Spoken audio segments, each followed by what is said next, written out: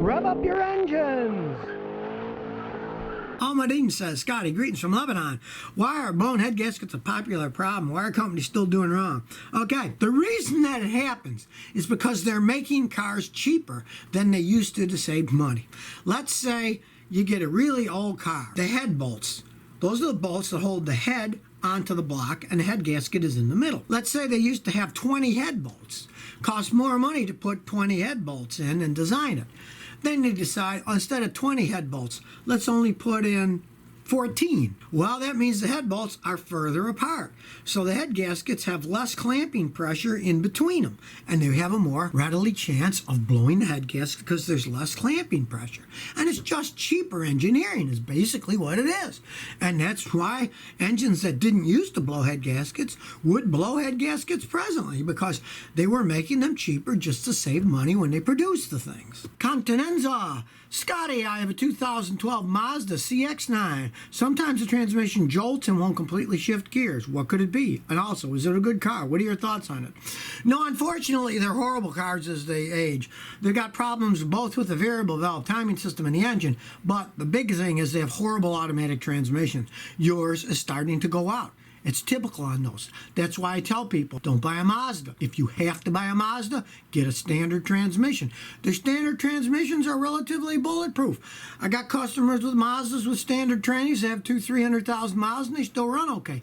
But their automatics are garbage. If I were you, I'd warm the thing up and trade it in. Get rid of it and get a Toyota or get a Honda, because it's going to bankrupt you in the short run. If you do have to finally rebuild that transmission in that thing, it's going to cost you anywhere between $3,000 and $6,000 to have it done correctly. John Murray says, Scotty, I apologize in advance. What are you apologizing for? I'm answering people's questions. This is what I'm here for. I got a 2019 Jeep Grand Cherokee with a 5.7 Hemi and an 8-speed transmission made in Germany. What should I do to make sure it'll last 10 plus years? Okay, change the oil a lot in the engine. Realize that ZF transmission now, it's a German ZF transmission. They're actually pretty well made transmissions. And the Hemi engines, if you don't overheat them and you don't do too many burnouts in them, they can last a really long time. You know, that's one of the better designed ones that they ever had. Super hot. Says, Scotty, what can I do to increase horsepower without wearing out my engine? I have a small racing turbo and a catback exhaust. It's a Mercedes-Benz C300. Well, you already did all you should possibly do on that thing. Realize those things are endless money pits to begin with. And now you put a turbo and a catback exhaust on it. I mean, be happy with what it does. The C300 is not a race car, and you got some more boost. You put too much boost in it, you blow the engine. Those aren't racing engines. They're not made for racing. You get enough power that you have, and to top it off with what you're doing, you're going to burn the transmission out. All the ones I ever saw, those Mercedes had automatic transmissions, and you'll burn it out if you have too much power going to that transmission. The transmission wasn't made for that power.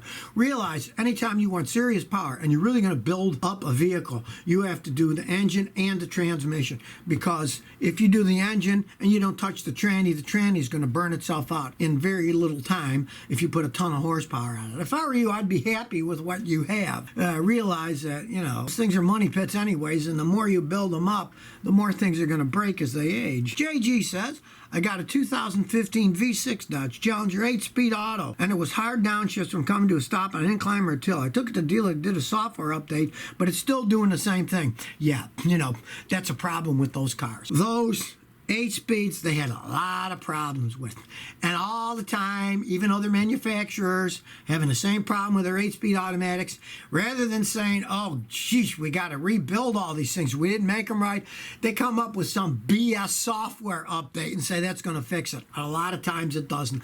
I would take it back. I would force them to go on a road test and say, see, it's not working right. Hey, it's their problem. They didn't build the cars right. But a lot of times you won't get too far with them. They'll just say, well, we put in the update. That's all we can do. My advice is vote with your money. Never buy another one of those products.